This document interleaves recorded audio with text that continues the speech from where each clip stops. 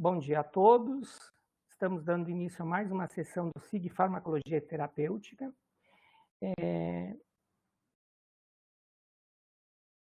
Que hoje terá a participação como palestrante da professora Jaqueline. Lembramos a todos que o SIG Farmacologia Terapêutica é um grupo de interesse especial e se trata de uma iniciativa para uso da estrutura de vídeo e webconferências da Rede Universitária de Telemedicina, Rede RUT, visando reduzir as distâncias geográficas e integrar ações em ensino e pesquisa em farmacologia e terapêutica e áreas afins em todo o Brasil. O SIG Farmacologia Terapêutica hoje consta com 20 instituições associadas e também outras instituições que se fazem representar através das web conferences que iniciaram a partir do mês de março.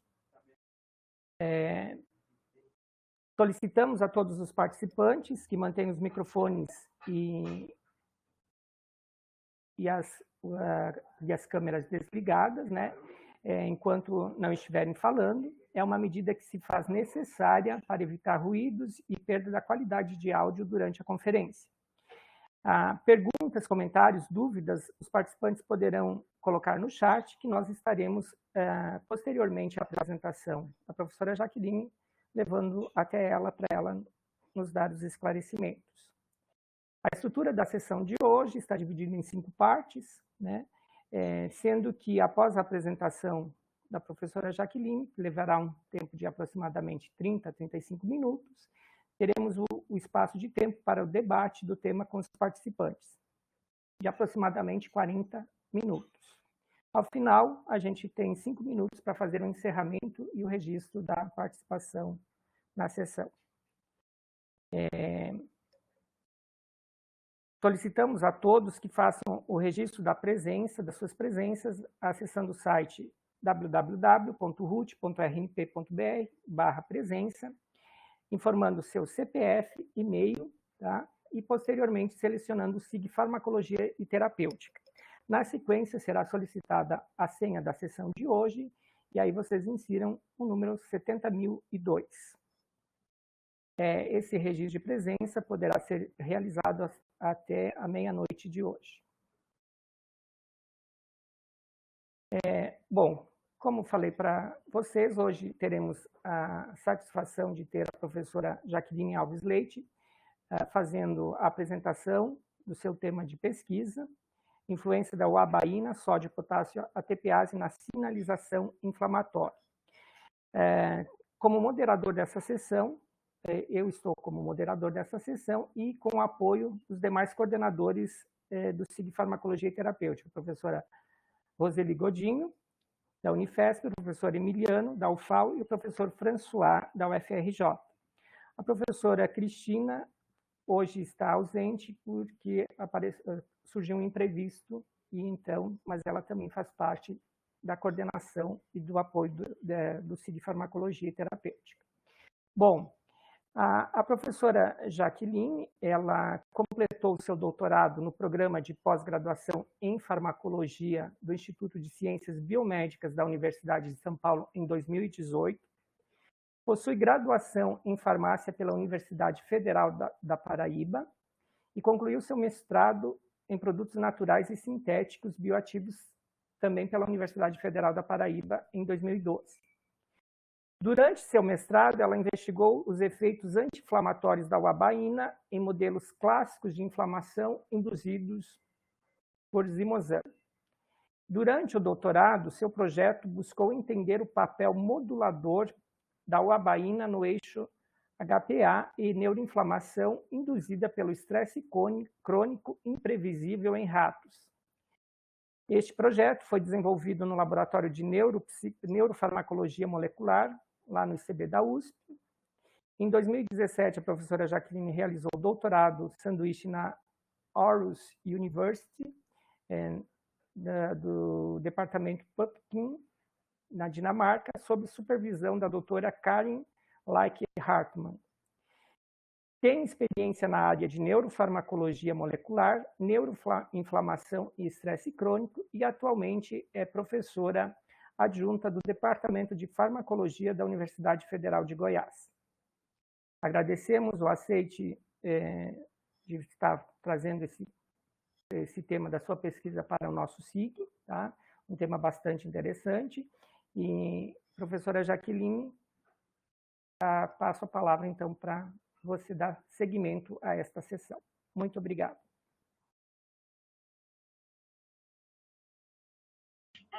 Primeiramente, bom dia a todos e a todas, né?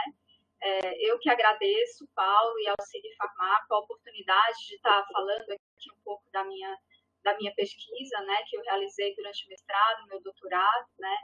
Eu agradeço ao SIG e a oportunidade, né, que vem dando aos jovens professores e jovens pesquisadores, né?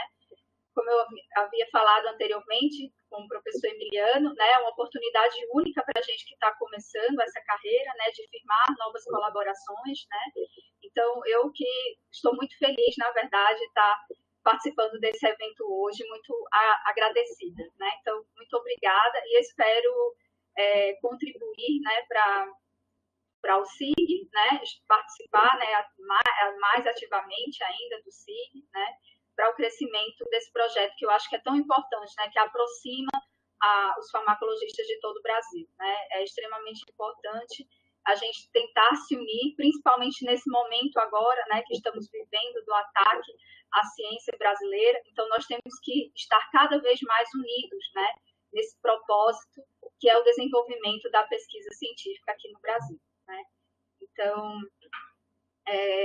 como o Paulo falou, eu vou falar um pouco aqui sobre a influência da albaína e a sódio-potássio ATPase na sinalização inflamatória, né? Acho que agora eu já consigo passar, né, Paulo? Não sei se o Paulo está agora sim. Sim, Jaqueline, pode passar. Você está como apresentadora. Tá, obrigada, Paulo. Então, para começar, né, eu gostaria de falar um pouco sobre a albaína.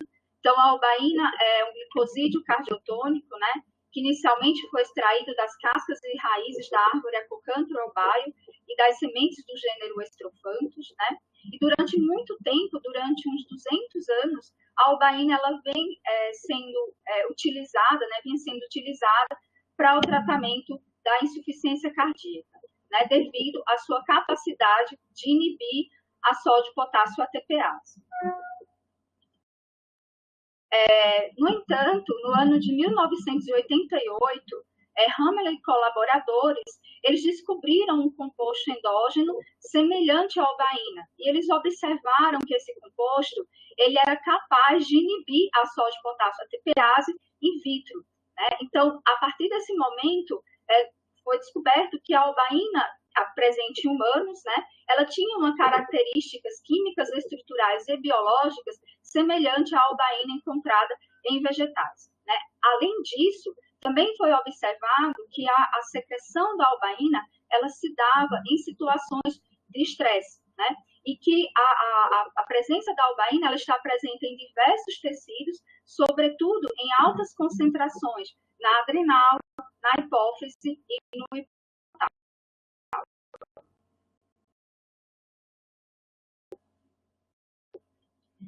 Esse paper de 2005, né, ele trata eu acho ele um ponto interessante, porque ele mostra a liberação de albaína logo após o exercício físico, né?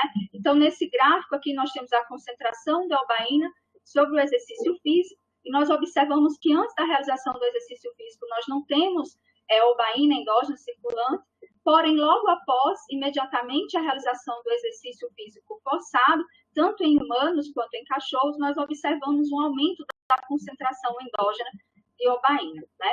Além disso, esse paper ele mostra que essa liberação da albaína ela pode ser controlada, né, pela norepinefrina, né, visto que quando foi utilizado beta-bloqueadores como a altenolol, você observa uma redução total, né, na liberação de albaína endógena logo após o exercício e também um controle da liberação de albaína pela angiotensina 2, visto quando foi utilizado inibidores da ECA, nós também observamos uma redução nos níveis séricos de obaína logo após o exercício físico, né? Então, esse paper, ele demonstra em modelos in vivo, em humanos e animais, né, que a obaína ela é liberada endogenamente após o exercício físico, com um tempo de meia-vida muito curto, em torno de 3 minutos, né? E que esse controle da liberação da obaína depende tanto do sistema nervoso autônomo, como também do sistema renina-angiotensina-aldosterona. Né? Então, como eu falei para vocês,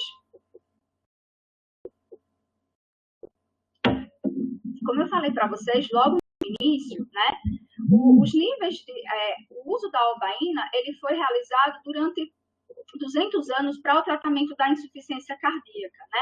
Porém, o seu mecanismo de ação, ele só foi melhor compreendido com a descoberta da sódio-potássio-ATPase, que se deu no ano de 1957 pelo químico dinamarquês Skov, né? Skov, durante o seu estudo de doutorado na Universidade de Aarhus, né, na Dinamarca, ele estava estudando o efeito de drogas anestésicas sobre o nervo e ele se deparou com uma nova ATPase que dependia de sódio e de potássio, né? Eis que surge, né, a sódio-potássio ATPase e foi revelado também a importância dela para a manutenção do gradiente eletroquímico. Então, a sódio-potássio ATPase está representado aqui nessa figura, é uma proteína responsável por bombear sódio e potássio na proporção 3:2, né? 3 sódios para o meio extracelular, 2 potássios para o meio intracelular. Ela é formada por 3 subunidades, a subunidade alfa, a subunidade beta e a subunidade gama, sendo a subunidade alfa a subunidade catalítica, ou seja, é ela que é responsável pelo transporte desses íons. Além disso, é na subunidade alfa onde ocorre a ligação do ATP, e essa ligação ela parece depender também da interação com a subunidade gama, né? E também é nessa subunidade alfa, na subunidade catalítica, onde ocorre a interação da obaína, né? E a obaína, ao inibir a atividade da sódio-potássio ATPase, promove um aumento das concentrações de sódio no meio intracelular.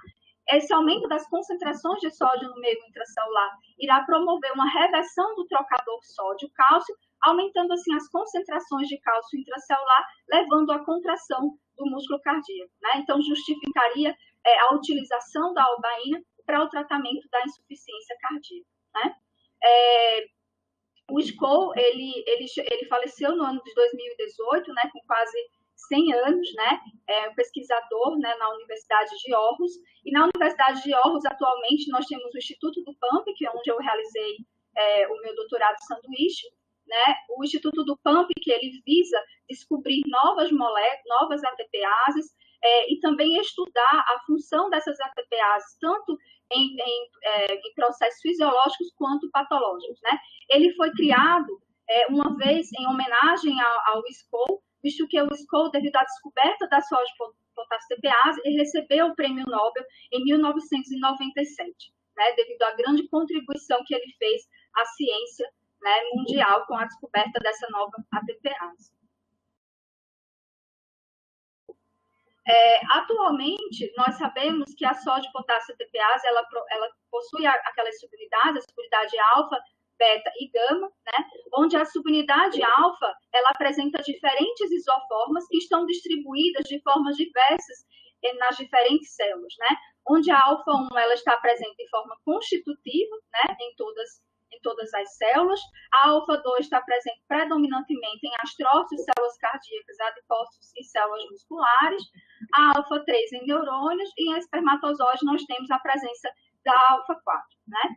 De acordo com a função fisiológica de cada uma dessas células, essas subunidades, elas desenvolvem as suas atividades. A gente vai falar um pouquinho mais para frente, principalmente da alfa-2, que foi objeto do meu estudo.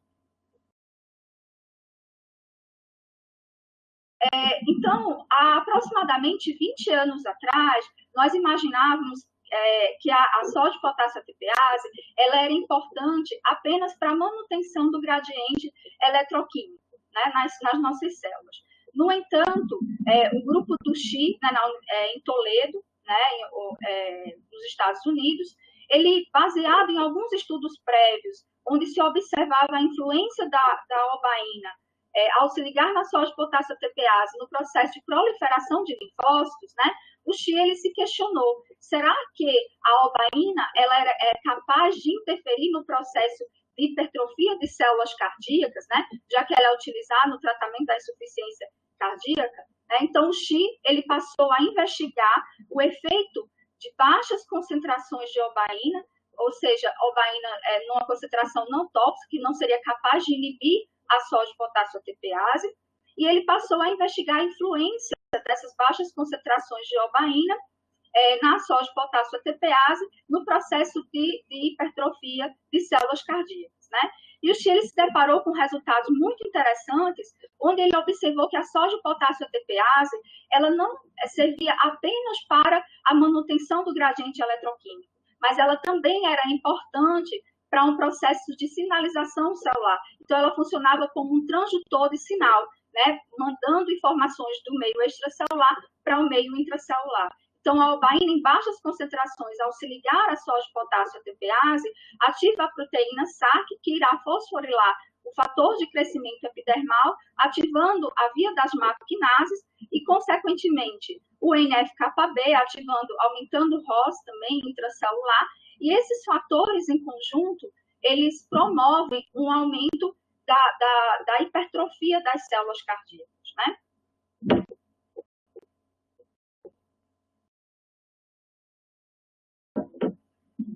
Gente, desculpa, eu vou sempre parando um pouquinho para beber água, porque aqui está muito calor, e aí minha voz começa a falhar um pouco, tá? Então, vou pedir desculpa de antemão aqui.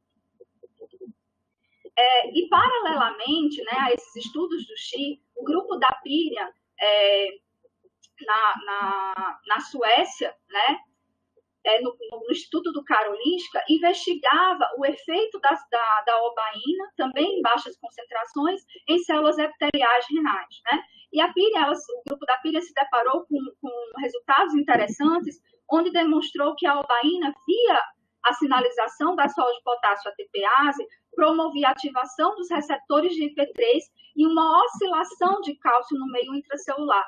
E essa oscilação de cálcio era capaz de ativar o NF-κB e promover uma proteção das células epiteliais contra a apoptose, né? Então, esses dados, eles trouxeram uma nova visão da soja de potássio ATPase, né?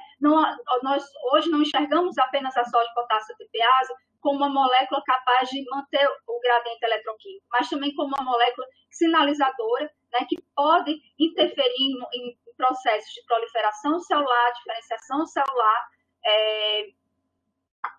apoptose das células, né? Então, em diversas funções celulares, a obaína, juntamente com a soja de potássio ATPase, é capaz de interferir, né? Paralelamente a esses trabalhos, né, já aqui no Brasil, estudos realizados pela professora Vivian Rundianek, na UFRJ, demonstraram o efeito da obaína nas células do sistema imunológico, mais precisamente em linfócitos, né, em timócitos, em células B, né? Então, mostrando que a obaína era capaz de interferir no processo de maturação de linfócitos B, além disso, no processo de ativação de timócitos, e um trabalho que eu acho muito interessante é esse efeito sinérgico da obaína juntamente com o glicocorticoide, induzindo a atrofia do timo, né, devido a um processo de apoptose dos timócitos, né? Esse estudo ele foi realizado em vivo, né, e é interessante visto que a obaína ela é liberada em situações de estresse, então mostra um sinergismo entre o glicocorticoide e a obaína, né?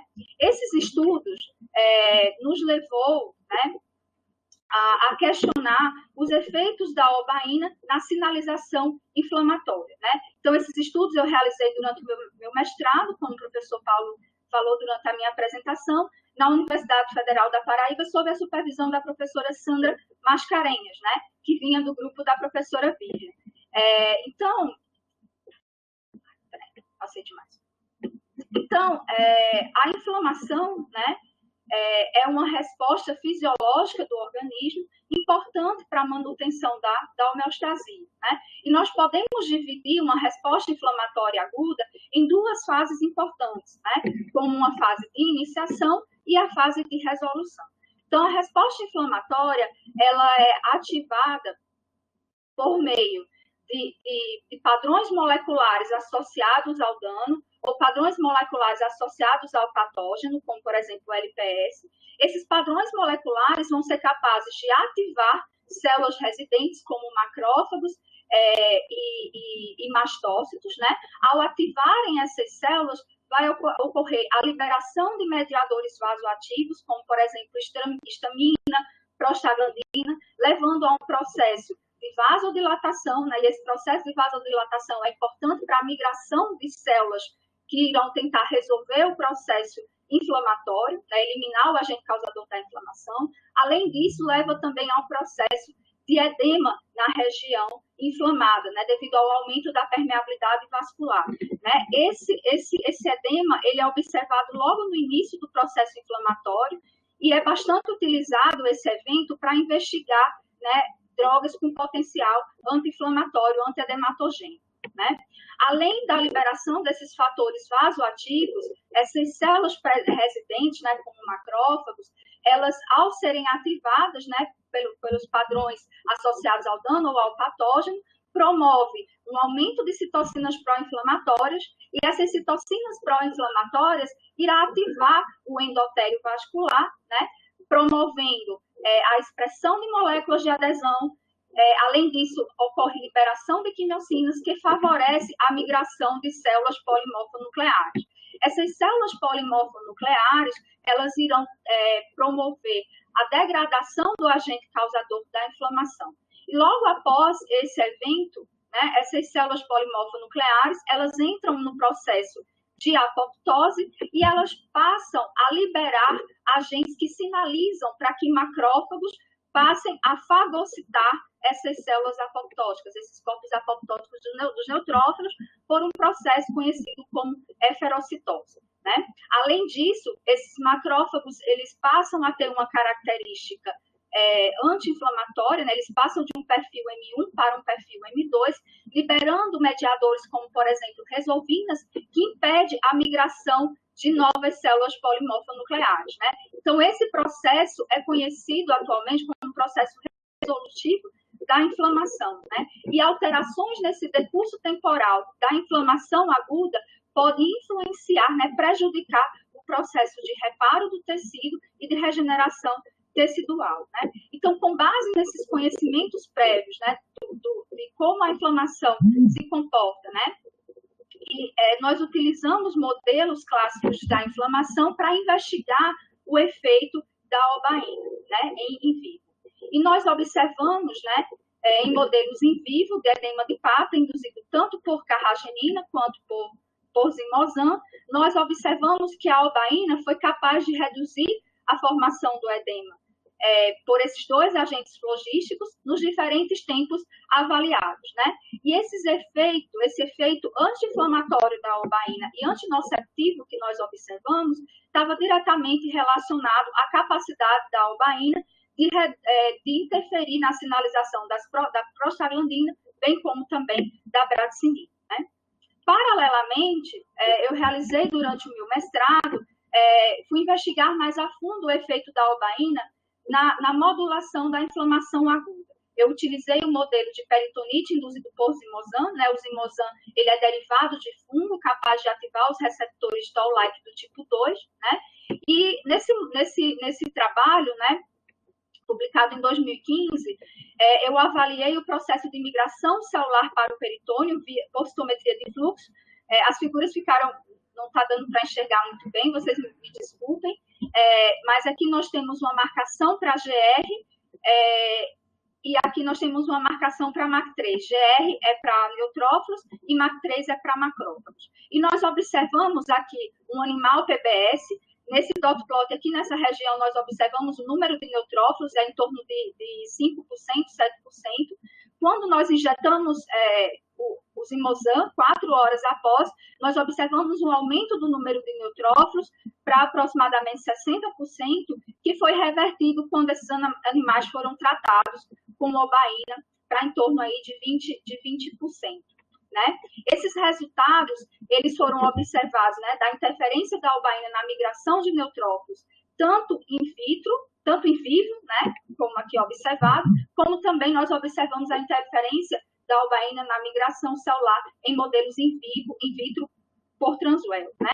Esses resultados eles foram decorrentes possivelmente da capacidade da obaína de reduzir a produção de citocinas pró-inflamatórias, como IL-1-beta e TNF-alfa, decorrente da capacidade dela inibir o fator de necrose tumoral B, né, o NF-κB. Aqui nós observamos os animais que foram tratados com PBS tiveram um aumento da atividade do NF-κB, que foi reduzido ao ser tratado com obaína. Né? Então, esses dados, eles nos revelaram pela primeira vez em modelos in vivo que a obaína era capaz de interferir na sinalização inflamatória, isso na periferia. Né?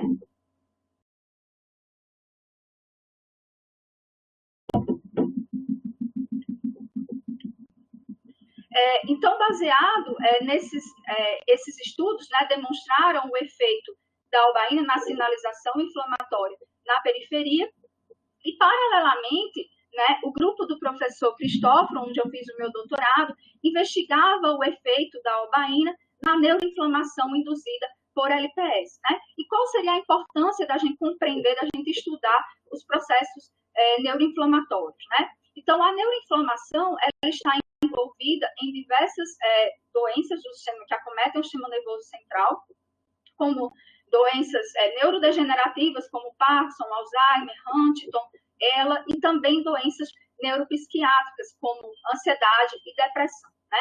E estudos prévios do nosso grupo demonstravam que, ao se injetar LPS na periferia, era capaz de romper, né, de promover um aumento da permeabilidade da barreira hematoencefálica, promovendo um processo de neuroinflamação. Né? E como esse processo de neuroinflamação ele se dá? O LPS, ao atravessar a barreira hematoencefálica, ele é capaz de ativar receptores do tipo TOL4, né, presente tanto em astrócitos quanto em microglias, e a ativação desse receptor TOL4 promove a ativação do NF-κB e, consequentemente, a produção de citocinas pró-inflamatórias. Né? Então, como eu falei para vocês, no nosso sistema nervoso central, nós temos duas células importantes para a sinalização do LPS no sistema nervoso central. São elas a microglia e os astrócitos. Né? Essas células, normalmente, elas estão em homeostasia, né, com o neurônio. Elas liberam fatores neurotróficos neuronais, como, por exemplo, o BDNF. Elas também, a microglia participa de um processo de observar, né, o microambiente e resguardar esse microambiente para que o neurônio ele desenvolva as suas funções. Os astrócitos participam do processo de recaptação de glutamato, evitando o processo de excitotoxicidade. Então, essas células estão em constante homeostasia, garantindo a sobrevida do neurônio. Né? Porém, quando essa homeostasia ela é quebrada por um agente como o LPS, ocorre a liberação de agentes pró-inflamatórios, como citocinas, bem como também ocorre um aumento de estresse oxidativo, né? Que irão promover um dano neuronal. Né? E esse dano neuronal vai continuar vai ser observado pelas células da microglia, gerando, assim, uma microglia reativa, né? Um ciclo, como se fosse um ciclo vicioso, né, de resposta neuroinflamatória, favorecendo o processo neurodegenerativo. Né? Então, baseado nesses conceitos, né, nós fomos investigar o efeito da obaína na neuroinflamação induzida por LPS. Né? Esses resultados do nosso grupo eles foram revisados nesse paper de 2016, né? E de forma resumida, né, nós observamos que o trabalho da Paula Kinoshita, demonstrou que ao injetar LPS em ratos por meio intraperitoneal, você tinha uma ativação de receptores Toll-like 4 e um aumento de citocinas na expressão de citocinas pró-inflamatórias e de inose. E que o tratamento com baixas doses de obaína foi capaz de reverter essa atividade, né? Reduzindo, assim, um aumento dessas citocinas pró-inflamatórias. Paralelamente, outros trabalhos do laboratório também têm demonstrado que a obaína, tanto in vitro quanto in vivo, né?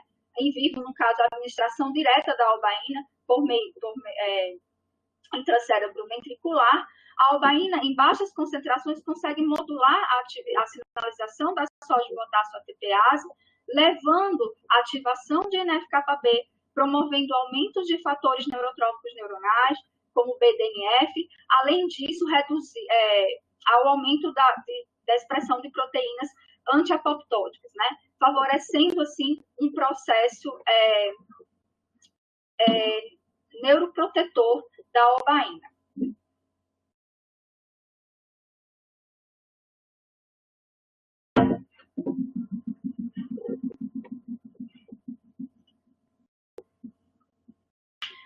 Além disso, né, da gente investigar o efeito da obaína na neuroinflamação induzido pelo LPS, paralelamente, né, nós fomos investigar o efeito da obaína no estresse crônico imprevisível, né, onde foi o meu trabalho de doutorado, né? Trabalhos realizados pela professora Carolina Munhoz demonstravam que o estresse crônico imprevisível promovia um shift na atuação dos glicocorticoides, favorecendo o processo neuroinflamatório desenvolvido pelo estresse, né, levando também a um processo de déficit cognitivo. Então, baseado nesses achados e sabendo que a obaína ela é liberada em situações de estresse, nós fomos investigar, né, o efeito da obaína na neuroinflamação induzida pelo estresse crônico imprevisível, bem como na ativação do eixo HPA. Nós utilizamos, né, esse paper foi submetido recentemente para publicação, né? Então, nós utilizamos um modelo padronizado pela professora Munhoz, né, no laboratório do professor Cris, onde os animais eles eram submetidos a diferentes estímulos estressores durante 14 dias, né, como contenção, nado forçado, isolamento e frio, claro e escuro, e privação de água e de alimento. Então, esses animais eram submetidos a esses diferentes estímulos estressores durante 14 dias e eles eram tratados com obaína de forma intermitente, 1 hora antes de cada estímulo estressor, né? Nós observamos de maneira geral que a obaína ela foi capaz de reduzir a hiperatividade do eixo HPA, né? Onde nós observamos uma redução na expressão do CRH, né, que controla a liberação de glicocorticoides pelo eixo HPA, e também nós observamos uma redução na liberação de glicocorticoides desses animais 24 horas após o último estímulo estressor, né? Nós escolhemos esse tempo de 24 horas após, justamente para que a gente possa ver que o efeito é decorrente dos estímulos crônicos, né? E não do estímulo agudo, que seria o último estímulo que o animal recebe. Então, nós observamos realmente essa hiperatividade do eixo, né? E que a obaína foi capaz de reverter essa hiperatividade do eixo. Além disso, nós observamos no hipocampo desses animais que a obaína foi capaz de reverter a neuroinflamação induzida pelo estresse crônico imprevisível, né? E todos esses resultados em conjunto foi observado nas alterações comportamentais que esses animais obtiveram, né? Como, por exemplo, houve uma redução, o estresse crônico imprevisível levou a uma redução na memória de longo prazo, né, desses animais, que foi revertido pelo tratamento da obaína. Então, a obaína ela reverteu a perda de memória induzida pelo estresse crônico imprevisível, né? Além disso, também, a obaína ela promoveu uma rápida extinção da memória de medo nos animais que foram submetidos ao estresse crônico imprevisível.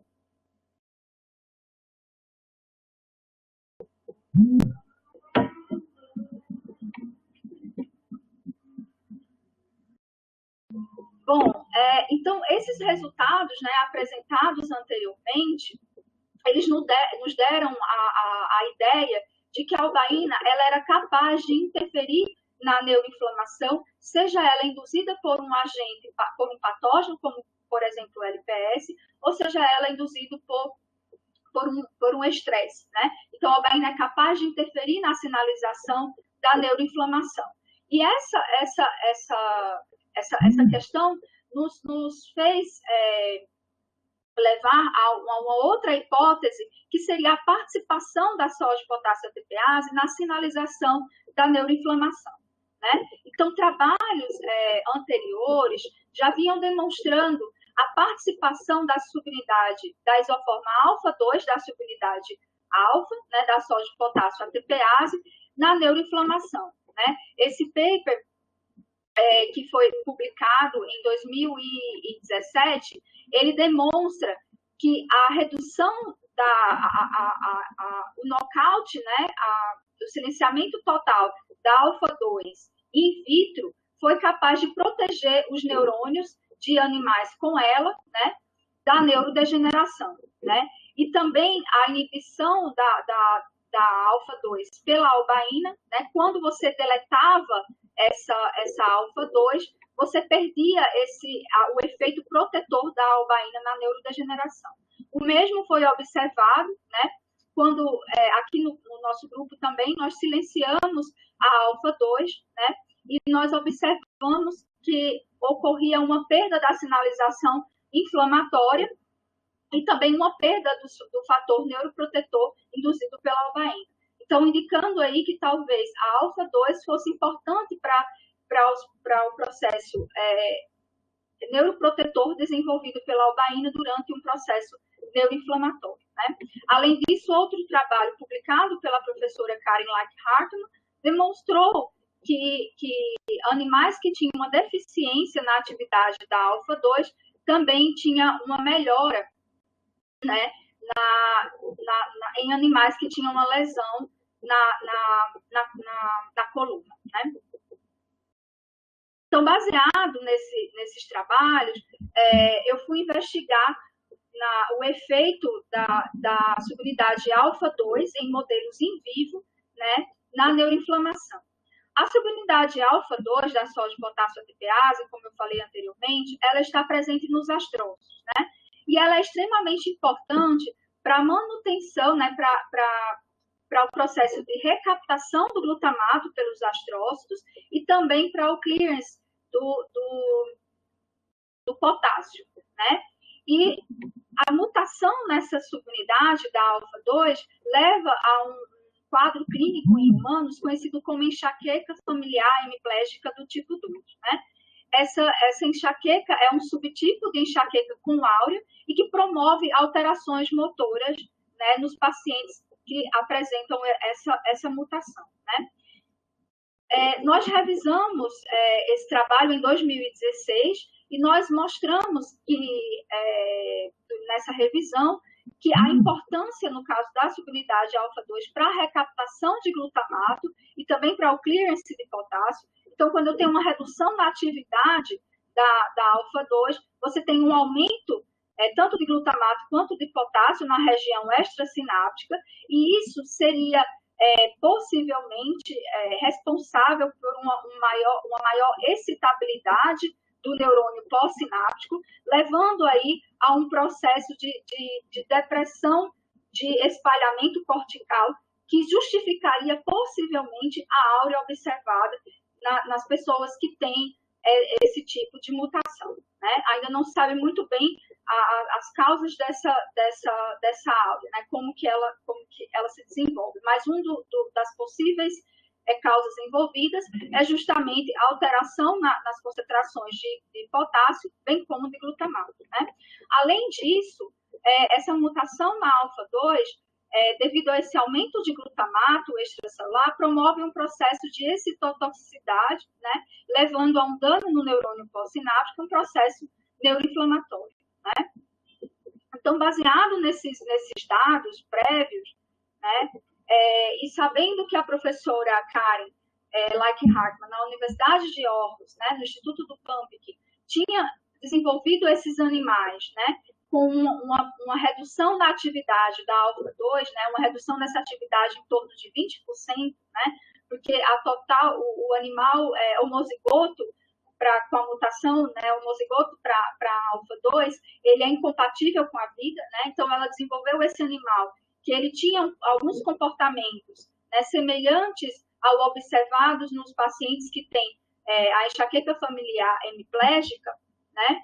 Então, nós entramos em contato com a professora Karen e para utilizar desses animais para investigar a importância da sinalização da alfa-2 na resposta neuroinflamatória, né?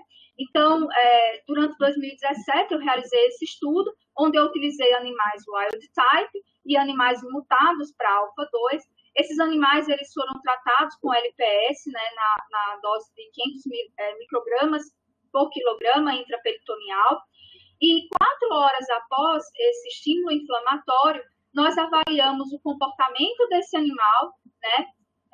Esse comportamento ele foi avaliado por teste de memória, como esquiva inibitória. Além disso, nós avaliamos também o movimento do animal, né? O comportamento ansioso do animal, que é induzido durante um processo neuroinflamatório, a questão do sickness behavior, né?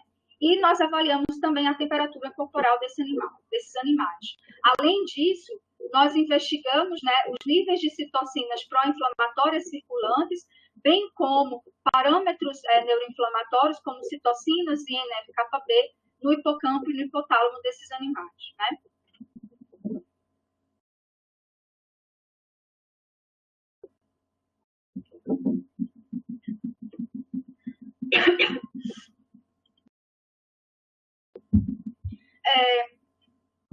Então, esse trabalho, né, que foi publicado recentemente, no final do mês passado, nós publicamos esses resultados na Scientific Report. Quando nós fizemos os primeiros experimentos com esses animais, nós se deparamos com uma situação muito interessante, que era um vídeo que eu tinha para passar para vocês, mas infelizmente a gente não consegue postar esses vídeos aqui. E o que foi muito interessante é que aqui vocês observam o animal que ele é wild type, né, para alfa-2, e aqui nós temos o animal mutado, né?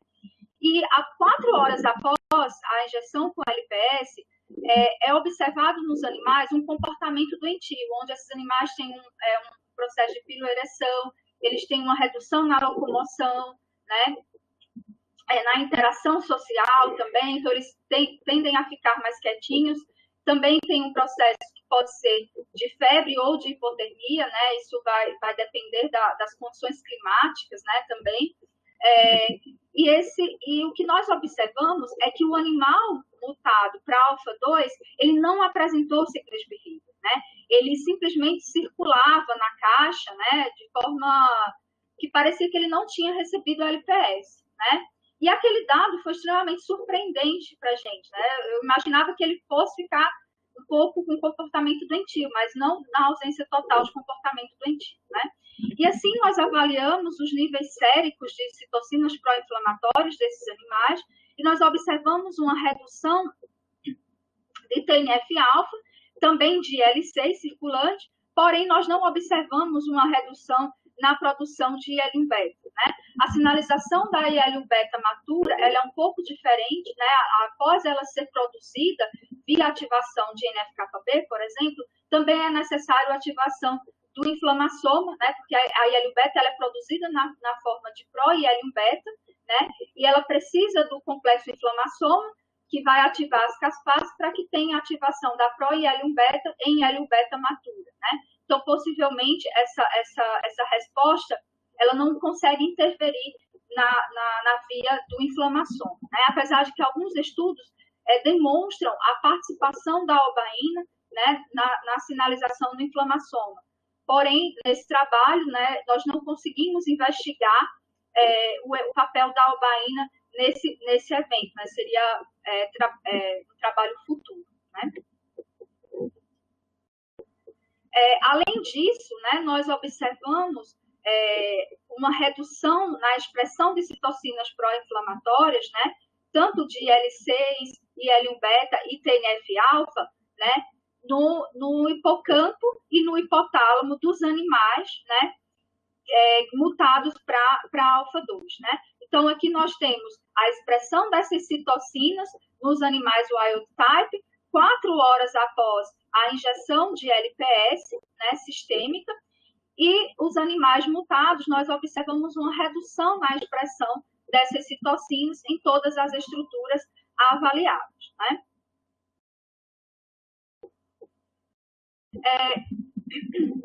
Além disso, né, nós também observamos a expressão do receptor TOL4, né, e nesse sentido, nós não fizemos o pool das células, né? Então, um ponto importante desse trabalho é como a mutação ela é direcionada em astrócitos, né? Até porque a alfa-2 na microglia, ela não tem atividade, né? Até onde se sabe, ela não tem um processo ativo, né? Então, nós resolvemos investigar os astrócitos isoladamente, né? Ver como que esses astrócitos dos animais mutados para alfa-2 expressavam os receptores TOL4, né? Então, logo após a injeção com LPS, 4 horas após, eu fiz um modelo, né, de sorte por meio de vídeos magnéticos, onde eu separei os astrócitos do cérebro, tanto da região do hipotálamo quanto da região do hipocampo desses animais, e fiz uma PCR para avaliar a expressão dos receptores TOL, né? E também nós fizemos um PCR para TNF-alfa, para demonstrar, né, que o mesmo efeito observado anteriormente no pool de células, né, a redução da expressão dessas citocinas.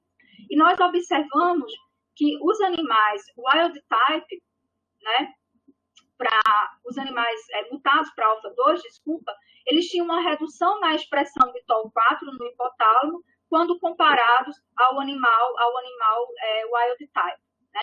E que após a injeção de LPS, a redução na expressão desse receptor ela era ainda maior, né, quando comparado com os animais wild type. Né? Então, demonstrando que a importância, né, da sinalização da alfa-2 com a sinalização desenvolvida pelo receptor TOL4. Né? O que seria interessante ter realizado nesse estudo, porém, devido à questão da falta de tempo mesmo, seria fazer uma colocalização, né? Então, isso são passos futuros que nós pretendemos realizar, uma colocalização da alfa-2 com os receptores TOL4. Né? E esses resultados eles foram também observados, né, nos astrócitos, que nós temos uma redução na produção, na expressão de TNF-alfa nos animais mutados para alfa-2, quando comparados com os animais wild type 4 horas após a injeção com LPS. Né? Então, de maneira geral, né, este trabalho ele trouxe uma nova visão, né, para a soja de potássio, para a isoforma alfa-2 da soja de potássio ATPase, demonstrando que essa isoforma ela é importante para o processo neuroinflamatório, né, induzido por LPS. Né? Foi a primeira vez que esse estudo foi realizado in vitro, né, demonstrando essa nova participação da soja de potássio ATPase na sinalização inflamatória. Né? Nós observamos isso tanto nos testes bioquímicos, como eu apresentei para vocês, como também na questão do comportamento desses animais. Né? Nós observamos que após a injeção do LPS, 4 horas após a injeção do LPS, os animais wild type tinham um déficit cognitivo que não foi observado nos animais mutados para alfa-2. Né?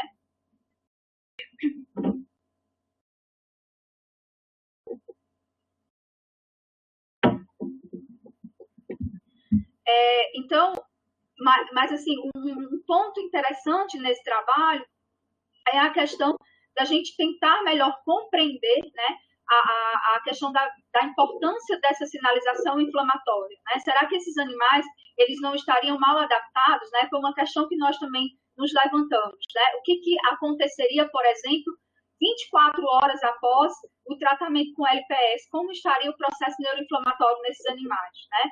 Então, também é perspectiva desse trabalho para que a gente possa investigar melhor essa sinalização neuroinflamatória da subunidade alfa-2, da subunidade alfa-2 da soja potássio TPase. Aqui seria o vídeo, né, que eu teria para mostrar para vocês. Infelizmente, os slides eles estão em PDF, então não tenho como mostrar, né, o vídeo, mas esse vídeo está disponível naquele paper que eu mostrei para vocês, né, então se alguém tiver interesse, é só ir lá no paper e dar uma olhada no vídeo. Vocês vão observar, esse animal aqui é o animal mutado para alfa-2, esse animal é o animal wild type, e esse animal ele fica circulando na caixa como se nada tivesse acontecido, como se ele não tivesse recebido LPS, né? Então demonstrando realmente uma redução desse comportamento doentio após o desafio com o LPS. Né? Eu gostaria de agradecer, né, aos meus ex-orientadores, né, e atualmente colaboradores, né, a professora doutora Sandra Rodrigues Mascarenhas, da Universidade Federal da Paraíba, né, onde eu tive a oportunidade de trabalhar e descobrir o mundo da imunologia, né, e me apaixonar também por essa área, e ao professor doutor Cristóvão Scavone, da Universidade de São Paulo, que me fez enveredou para o lado da neurociência, mais precisamente para o lado da neuroinflamação, né? Eu tive a honra de trabalhar com grandes professores, grandes pesquisadores, grandes mestres, né, que me incentivam a todo momento, né? Então, só tenho a agradecer a esses dois pesquisadores que fizeram parte da minha vida, né, e que fazem parte ainda. Também gostaria de agradecer ao todo o grupo do professor Cristóforo Scavone, né, as técnicas de Ana, a Larissa, né, que sempre estão muito dispostas a nos ajudar, né, a enfrentar todos os desafios durante esses períodos de pesquisa, né. As minhas companheiras de soja potássio TPase, a Ana e a Paula, né, muitos desses trabalhos que eu citei aqui foram realizados por elas, né. Também a professora Elisa e a professora Caroline Munhoz, né, que me apoiam e me deram bastante subsídio, né, durante o meu doutorado, né, então só tenho a agradecer a esses pesquisadores, né, que fazem parte da minha trajetória, né, e também a FAPESP, né, e ao CNPq pelo apoio financeiro, né, durante esse período.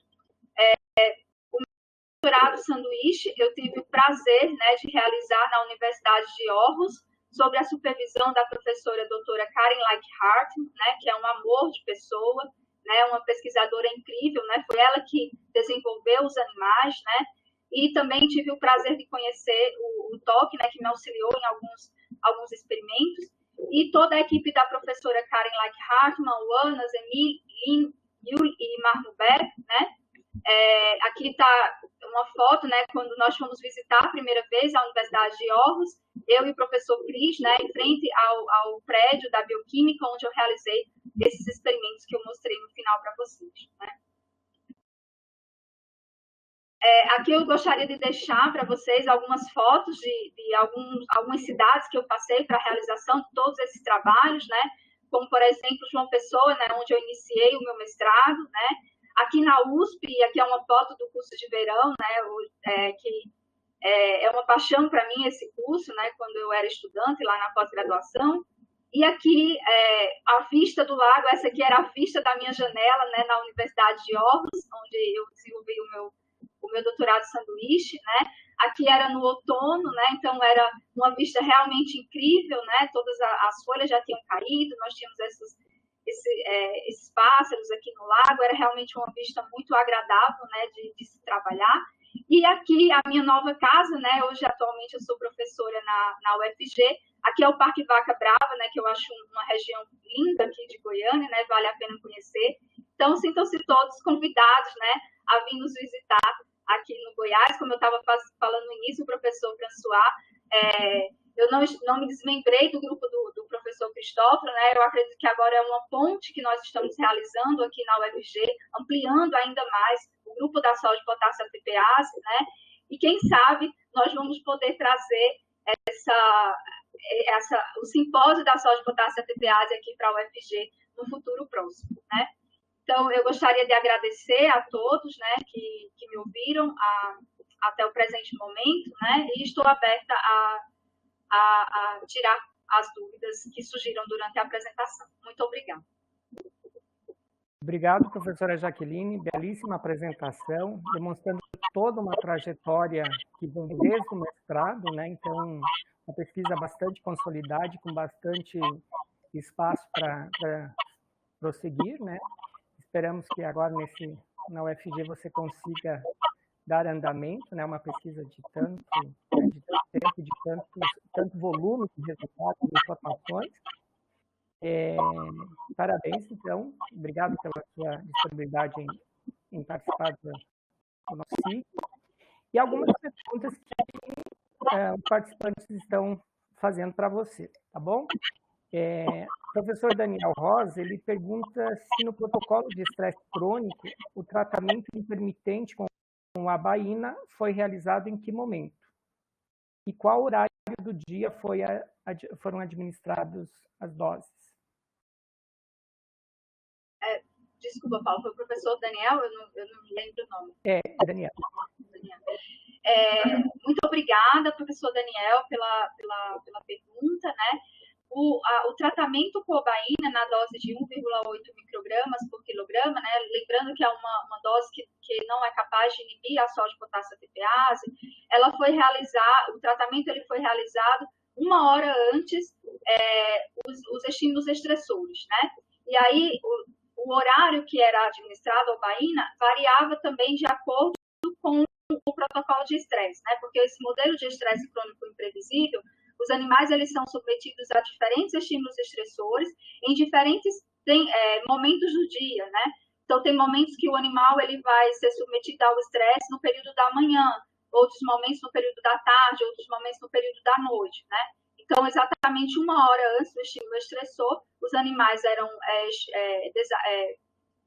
tratados com obaína, né, e submetidos ao protocolo de estresse, né?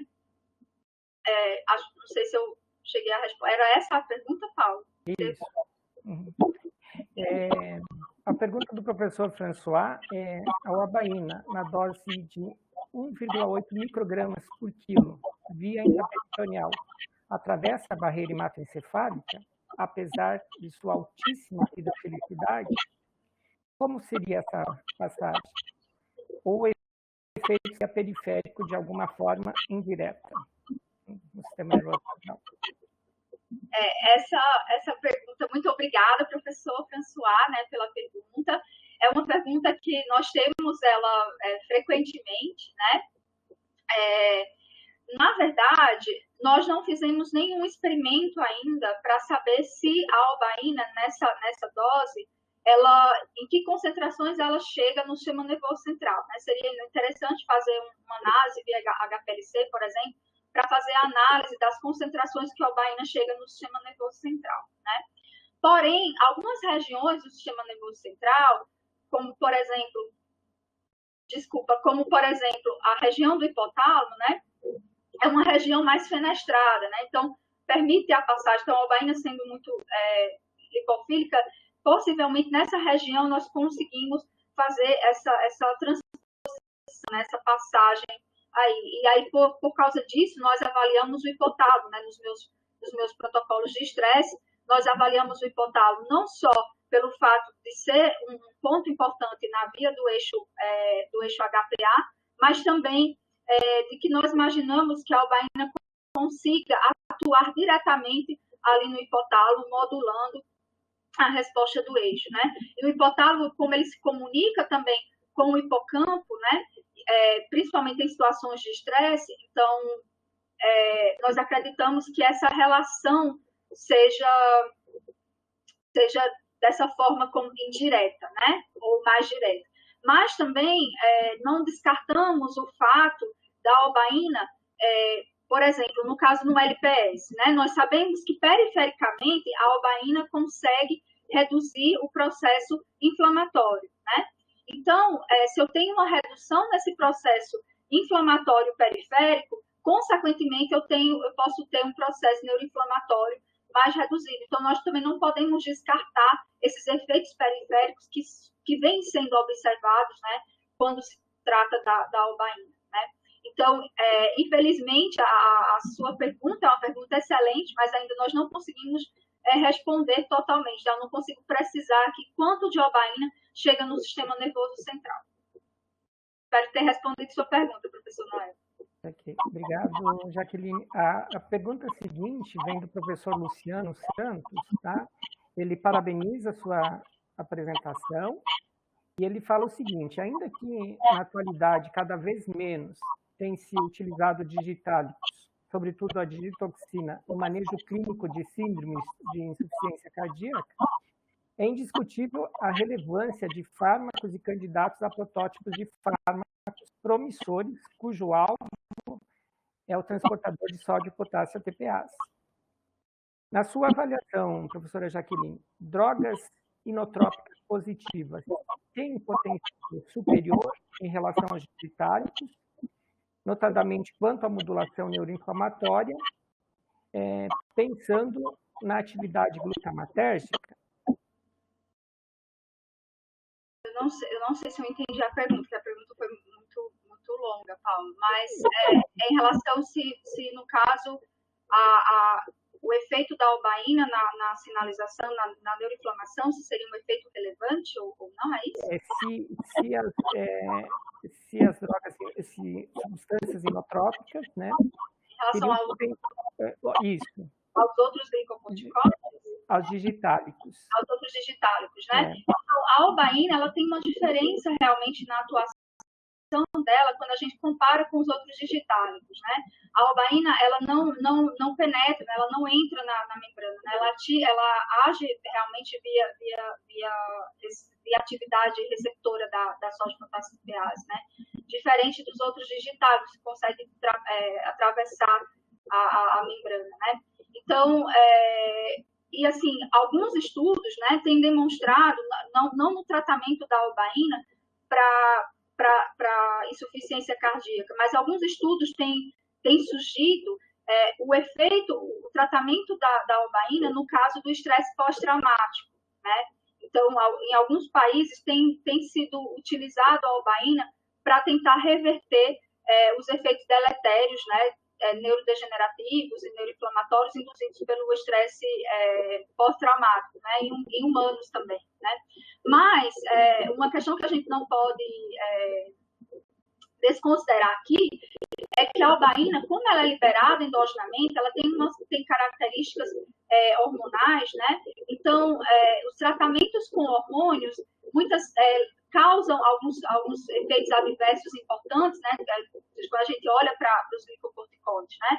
Então, o que seria interessante seria tentar entender melhor essa sinalização para o estudo de novos protótipos, né? Que tenha uma atividade semelhante à atividade da albaína, porém sem essa característica de influenciar tanto na via do eixo HPA, por exemplo, que é o que a gente está demonstrando que ela consegue influenciar, né?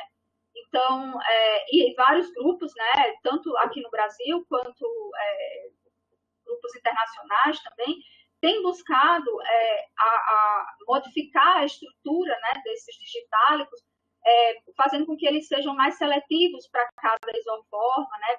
Dependendo da isoforma, a atividade vai ser um pouco diferenciada, né? Então, lembrando, por exemplo, que no caso quando a gente fala no processo de sinalização da sódio-potássio ATPase, é importante que a gente entenda que esse processo de sinalização ele foi investigado principalmente para a subunidade alfa-1, né, que é constitutiva em todas as células. Mas o que a gente precisa avançar ainda mais é compreender a sinalização dessas outras isoformas da subunidade alfa, né, em tecidos diferentes, né? Nos espermatozoides, a subunidade 4 ela é importante para o controle da motilidade, né? A alfa-2, como eu falei para vocês, é importante para a regulação dos níveis de glutamato.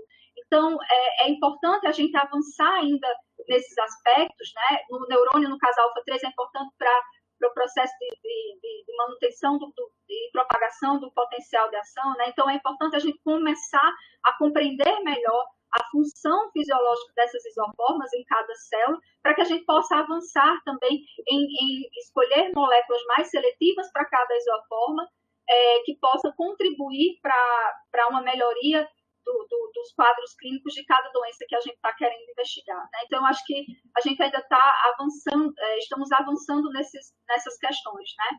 Não sei se eu consegui responder a pergunta.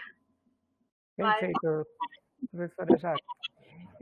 Olha aqui a participação de pós-graduandos, muito importante. O Éricles, tá? Ele é um pós-graduando, né, aqui da UFG, e ele está parabenizando a sua apresentação e a ótima explicação do tema. E ele gostaria de perguntar se a dose de 1,8 microgramas por quilo, né, na via intraperitoneal, ela seria segura para o sistema cardiovascular. E também ele acrescenta se há outras maneiras para se estimular a produção de ouabaína endógena.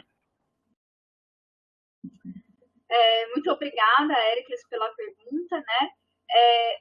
Antes da escolha dessa dose, né, de ouabaína de 1,8 microgramas por quilograma, né, foram feitos estudos juntamente com a professora Luciana Rossoni, lá da USP, né, do Departamento de Fisiologia, onde se observou o efeito, né, fez uma curva de dose-resposta, né, e onde observou os efeitos, né, das diferentes doses avaliadas da ouabaína.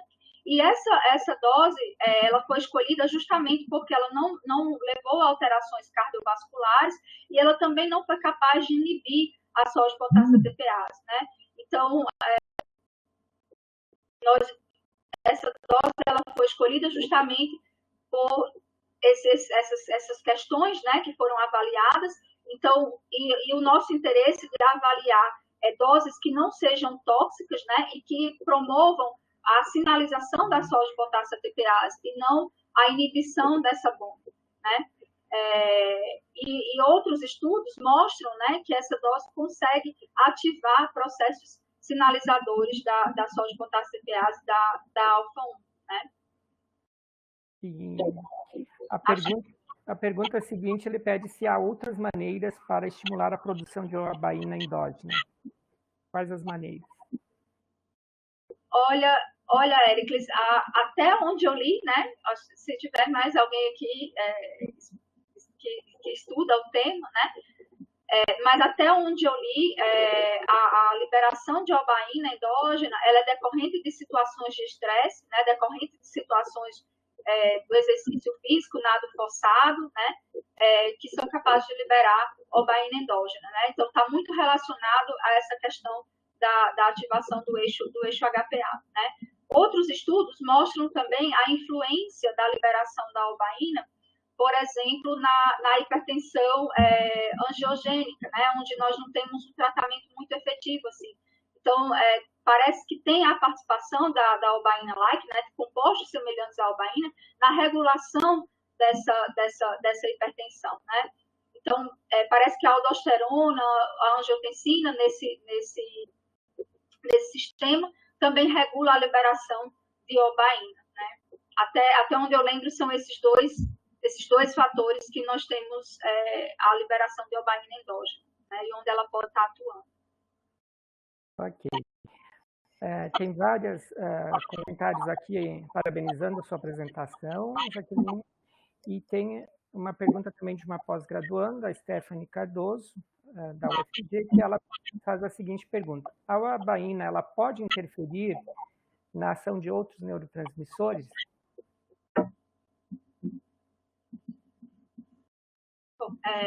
Desculpa. Ela pergunta se a ouabaína ela pode induzir ou bloquear a ação de neurotransmissores? Tem algum estudo mostrando isso já ou não? É muito interessante a sua pergunta, Stephanie, mas na liberação de neurotransmissores, precisamente, agora não me vem, não me recordo nada, né? Assim, não me recordo nenhum estudo que eu tenha lido, né? Mas sim na influência da albaína na liberação, na produção de fatores neurotrópicos neuronais, né? Como, por exemplo, o BDNF, né? Via a sinalização da sódio-potássio ATPase. Mas na liberação de neurotransmissores, eu vou ficar lhe devendo essa resposta, porque até agora não me veio nada na cabeça, não consigo me recordar. Okay. Eu estava, desculpa, Paula, é que eu estava lendo aqui, o professor François, ele falou que altas concentrações de sódio no plasma, eles também podem estimular a liberação da OA no cérebro, né? E a professora Luciana Rossoni, né, que inclusive eu citei aqui no trabalho, ela também fala que na periferia também, né? Então, justamente essa via, né, que eu estava falando da questão da hipertensão, né? Então, o aumento de sódio também é capaz de liberar o baína endógeno. Ok. A pergunta agora, professora Jaqueline, é do professor Alexander Zamproni, lá de Curitiba, tá? Ele pergunta se animais com mutação na alfa-2 apresentam temperatura corporal normal. E se os processos de termorregulação hipotalâmicos estão funcionando normalmente. Professor, desculpa, esqueci o nome. Alexander. Muito obrigada, professor Alexander, né, pela pergunta, né? Em relação à temperatura dos animais, né, eu não mostrei aqui o gráfico, mas está lá no artigo. Nós fizemos sim uma avaliação da temperatura corporal desses animais antes do tratamento do desafio com a LPS, né? E nós observamos que eles não tinham alteração na temperatura corporal quando a gente comparou com o wild type, né? A temperatura corporal era a mesma. Agora, a sua segunda pergunta é muito interessante em relação à regulação da temperatura, né, pela deleção da alfa-2, né? Nós não chegamos a investigar isso, né? É uma pergunta bastante interessante e que possível de ser investigada, né? A influência da alfa-2 na regulação da temperatura corporal, né? Visto que nós observamos que após a injeção do desafio com o LPS, os animais que foram tratados foram desafiados com LPS, animais wild type, eles tiveram uma queda brusca na temperatura corporal, né? E os animais mutados para alfa-2, eles não tiveram essa queda tão brusca, né? Então, possivelmente a alfa-2 ela também participa nesse processo de regulação da temperatura corporal, né? Mas, de forma basal, as temperaturas tanto do wild type quanto do animal no-kill era exatamente a mesma. Ok. Uma colocação aqui do professor François, que ele fala assim, questiona, tratamento humano com albaína por via oral não pode ser, pois seu fator sua biodisponibilidade é pequena. Será que foi usado por via intraperitoneal? Não é tratamento por via oral, professor François. Eu tenho o artigo, mas o tratamento não é por via oral, né? Eu não me recordo a via, eu não lembro se era via intraperitoneal agora. Mas existem alguns trabalhos, né, que têm demonstrado o tratamento com albaína, no caso, para... Desculpa, Jaque, é via intravenosa, não intraperitoneal. Intraperitoneal em humano seria meio catastrófico, né? Exatamente. Então, eu não me recordo qual que é a via, mas a via oral eu tenho certeza que não é, né? Eu não me recordo a via que foi utilizada, né? Mas existem alguns trabalhos que têm demonstrado o efeito da albaína, né, em humanos no estresse pós-traumático. Ok. Ainda continuando, o professor François... Desculpa, Paulo, no caso da depressão induzida pelo estresse pós-traumático, né? Não no estresse pós-traumático em si, mas no processo depressivo induzido após ele, né? Tanto no processo depressivo quanto no processo ansioso. Perfeito. Ainda o professor François, na questão sobre a deleção da expressão da subunidade alfa-2, ele pergunta se esses camundongos, esses animais com essa deleção parcial da subunidade alfa-2, eles apresentavam alguma alteração cardíaca. E ou se por acaso essa deleção era direcionada apenas para o cérebro. A pergunta do professor François é excelente. Muito obrigada pela pergunta, professor. A deleção, ela não é uma deleção específica para o cérebro, né? Essa deleção, ela acontecia em todos os tecidos que tinha alfa-2, né? E é justamente essa questão, né, de não ser específica, nos trouxe várias questões dentro desse paper que eu não tive tempo de falar aqui para vocês, né? Como, por exemplo, uma das primeiras questões que nós tivemos era em relação à redução das citocinas pró-inflamatórias sistêmicas, né? Então, como essa deleção ela é sistêmica, então a primeira coisa que nós fizemos foi investigar a presença de alfa-2 em macrófagos, né? Então, eu peguei derivei, né, macrófagos da medula óssea, né, dos animais wild type, dos animais mutados para alfa-2, e o que eu observei foi uma questão muito interessante, né, que vale a pena depois ser investigada, a questão de que, no início, a célula da medula óssea, antes de se diferenciar para macrófago, ela apresenta alfa-2. Porém, no período de diferenciação dessas células, logo no início da diferenciação, né, 4 dias após o processo de diferenciação, nós não conseguimos mais observar a expressão de alfa-2, né? E aí nos levou a uma outra questão interessante, né? O que poderia estar reduzindo essas citocinas circulantes, né? Uma outra questão que foi levantada, que infelizmente nós não conseguimos responder ainda, mas que é uma dúvida minha, inclusive, seria a participação dos adipócitos, né? Então, na região peritoneal, nós temos adipócitos, e os adipócitos, hoje é conhecido, que eles respondem a estímulos inflamatórios, como, por exemplo, do LPS, né? Via receptores TOL4 também. E os adipócitos, sim, apresentam a solubilidade alfa-2 da soja de potássio CPase, né? Então, possivelmente, os adipócitos estariam interferindo nesse processo. Em relação no processo de inflamação e de inflamação sistêmica e de neuroinflamação, né? Em relação à atividade cardíaca desses animais, nós não avaliamos a atividade cardíaca desses animais, e também nos outros, no artigo anterior a esse meu artigo, né, que foi o artigo onde foi apresentado esses animais para a comunidade científica, né, assim que esses animais foram desenvolvidos, também não tem estudos mostrando alterações cardíacas dos animais, já não foi avaliado. Até onde eu sei, não foi avaliado. Mas seria uma pergunta bem interessante, né, de ser avaliado, com certeza, né? Sim. Aí também já tem os comentários que você já citou anteriormente, né, do professor François e da professora Luciana, né, que as altas concentrações de sódio também podem estimular a liberação de obaína no cérebro e também na periferia, segundo a professora Luciana. Vários registros aqui parabenizando a sua apresentação, tá? E aqui tem a pergunta da Renata, que ela pergunta o seguinte: a obaína pode ser considerada um neuroprotetor em situações de neuroinflamação com potencial para disparar doenças neurodegenerativas como Alzheimer? E dessa forma ser um alvo terapêutico também para doenças neurodegenerativas? Na verdade, é o que o nosso estudo acredita, né? Que a soja de potássio CPase, ela pode ser uma nova, ela aponta, né, por ser uma nova via, né, importante no processo de neuroinflamação, que está diretamente relacionado, a neuroinflamação está diretamente relacionada com doenças neurodegenerativas, né?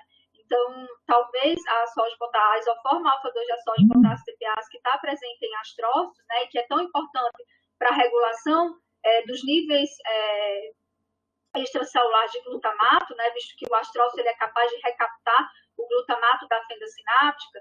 Então, nós acreditamos que sim, que a alfa-2, né, da soja de potássio CPase, ela pode ser um novo alvo terapêutico a ser investigado, né? E a obaína, como eu falei anteriormente, talvez não a obaína em si, né, mais moléculas derivadas da albaína, mais seletivas para cada isoforma, né? Então, ainda nós temos muito que avançar nessa área. Mas é muito excelente e é exatamente isso que nós acreditamos, né? Dessa questão da soja de potássio protease como um novo alvo terapêutico, né? Mais precisamente aqui a alfa-2, que foi o objeto do meu trabalho. Ainda nessa questão de doenças neurodegenerativas, né, professora Jaque, tem algum estudo? Ainda não foi feito nenhum estudo com a albaína avaliando essa possibilidade? Tem alguns estudos da professora Elisa, né, avaliando esse papel neuroprotetor in vitro, né, da albaína. E sim, né, que são aqueles dados que eu mostrei revisando, né, que a albaína aumenta BDNF, reduz expressão de fatores pró-apoptóticos. Uhum. Então, existe sim. A professora Roseli, ela parabeniza a sua apresentação e ela gostaria de saber se era detectada alguma alteração no fenótipo desses animais com deleção parcial da subunidade alfa-2, como, por exemplo, alteração da massa corporal. Sim, a alteração da massa corporal, não, né? Muito obrigada, professora Roseli, pela pergunta, né? O fenótipo dos animais era observado, sim, alterações comportamentais nesses animais, né? Então, eles tinham uma locomoção reduzida, né? Principalmente as fêmeas, né? Então, que é uma característica da enxaqueca familiar hemiplégica, atingir principalmente mulheres, né? E a locomoção desses animais, ela era um pouco reduzida, né? Em relação a quando a gente compara o macho e a fêmea, né? Possivelmente devido à influência hormonal, né, da fêmea sobre a atividade da bomba, né? Porque um ponto interessante desse animal é que a atividade da bomba ela não foi totalmente reduzida, né? Ela é parcialmente reduzida. Então, é em torno de 20% aí que essa bomba ela ainda está ativa, né? Em relação à massa corporal, não se observa alterações, né, entre os animais wild type e os animais mutados, né?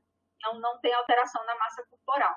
E nem na composição de gordura, na relação entre massa magra e você, tanto adipócito como músculo esquelético, ele tem a expressa essa subunidade alfa-2. Né? Então, essa proporção, vocês viram se havia alteração? A proporção, às vezes o peso se mantém, a massa se mantém, a massa corporal, mas você tem substituição, né, desses componentes. Sim, não, muito interessante a pergunta, professora, mas nós não avaliamos, né? Eu, particularmente, não avaliei, né? O tempo do trabalho era muito curto, então tinha que ser extremamente focado, né, na pergunta. Mas, assim, esse trabalho, ele nos abriu várias perguntas, inclusive essa que a senhora está falando, eu já estou anotando aqui, né, também, porque essa colaboração, ela ainda permanece, né, e nós estamos pensando, né, em como continuar esse trabalho, né, no caso de talvez até trazer esses animais da alfa-2 para cá, para responder algumas dúvidas que ainda temos, né. Então, essa pergunta que a senhora fez é muito interessante, né, e eu vou anotar essa pergunta, porque em relação ao peso corporal, nós não tivemos alteração, mas nós não avaliamos em relação à massa muscular e os adipócitos, né, possivelmente pode ter essas alterações, sim. Ok, nós já estamos caminhando para o encerramento da sessão e ainda tem uma pergunta aqui que a gente tem um tempinho que ainda pode ser respondida. É a pergunta da Renata, ela fala o seguinte: se a albaína é liberada pela angiotensina e aldosterona em situações de aumento de sódio, ela pode agir em combinação com o peptídeo natriurético atrial, aumentando a força cardíaca? Há algum estudo com essa correlação? Então, eu particularmente não me detenho muito aos estudos da albaína no sistema cardiovascular, né? mas o que eu sei é que a albaína está envolvida nesse sistema assim, de angiotensina, aldosterona e sódio, né, para o desenvolvimento da hipertensão angiogênica, né? Então, assim, não sei precisar com muitos detalhes aqui os trabalhos do sistema cardiovascular, porque eu não me detenho muito a eles, né? Mais no sistema imunológico e no sistema nervoso central, que eu venho me debruçando, né, durante esse período, né? Então, mas eu sei que existe sim essa relação, né? Ainda uma última pergunta, então, agora sim consegui identificar que é a professora Renata, né? Ela pergunta se no seu estudo... do nosso departamento? Eu acredito que sim, pela questão que ela fez aqui. Se no, Oi, seu, Renata. se no seu estudo com as fêmeas, você avaliou o ciclo estral? Não, Renata, não, obrigada pela pergunta, né, pela participação aqui também. Renata é do nosso departamento aqui de farmacologia. Nós não avaliamos, né, no meu trabalho, precisamente nesse trabalho, eu não avaliei o ciclo estral, mas também no outro trabalho, né, que foi publicado pela Karen, até onde eu sei, né, até onde eu conversei com ela sobre os trabalhos anteriores, até para poder a gente fazer os desenhos experimentais para o trabalho que eu apresentei aqui, não foi avaliado o ciclo estral das camundongas, né, em relação à inibição da sódio-potássio TPase. Esse modelo ele é muito interessante, né, porque justamente ele abre muitas perguntas, né, e como a mutação ela não era específica no cérebro, ele abre ainda mais esse leque de oportunidades para que a gente possa trabalhar e tentar melhor compreender a sinalização da alfa-2 nos diferentes órgãos, né, diferentes células. Ok. Ainda teriam algumas perguntas, mas como nós estamos chegando no limite da nossa sessão, nós estamos encerrando por aqui. Eu vou anotar as questões que ficaram aqui, passar para a professora Jaqueline, tá? Então, a gente encerra a sessão do SIG Farmacologia Terapêutica do mês de setembro por aqui, informando a todos que toda essa sessão está sendo gravada e disponibilizada no canal YouTube do SIG Farmacologia Terapêutica, que se encontra no site da SBEFT, tá? Assim como a sessão de hoje será disponibilizada, nós temos todas as sessões anteriores que também, quem não acompanhou e tiver interesse, pode acessá-la no canal YouTube, que se encontra no link do site da SBEFT, SIGFarmá. Dúvidas, sugestões, vocês podem estar enviando para o e-mail sigfarmaco@gmail.com.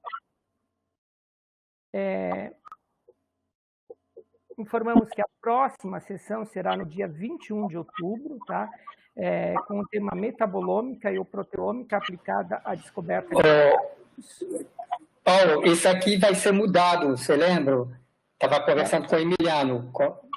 Depois a gente conversa com o Carlos, mas não vai ser esse tema, não. Ok. Você lembra? Vai ser no dia 21 de outubro, tá? A gente estará anunciando nas mídias sociais e nos convidados, que normalmente a gente caminha por e-mail, os participantes do SIG, no dia 21 de outubro, então a terceira quarta-feira do mês de outubro. A gente reforça mais uma vez para que registrem a presença na sessão, avaliando essa sessão, que é muito importante para a gente ter um retorno, né, dar um retorno aos administradores da rede RUT, utilizando a senha de hoje, que é 70.002. Agradecemos mais uma vez a belíssima apresentação da professora Jaqueline e a participação de todos vocês, e aguardamos no mês de outubro, neste mesmo canal.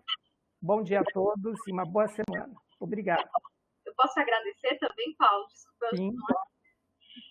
Eu que agradeço novamente, né, a oportunidade que o professor Paulo e que o SIG me deram de me apresentar aqui para a comunidade farmacologista, né? Espero ter contribuído um pouco para a disseminação do conhecimento, né, sobre a sódio-potássio ATPase, né? Realmente foi um desafio muito grande para mim, mas eu gostei bastante desse momento. Gostaria de agradecer a todas as perguntas que foram direcionadas, né? Eu anotei algumas perguntas que são importantes para dar continuidade a esse trabalho, né? Então, muito obrigada, tenham um bom dia a todos, uma boa semana, né? Fiquem bem.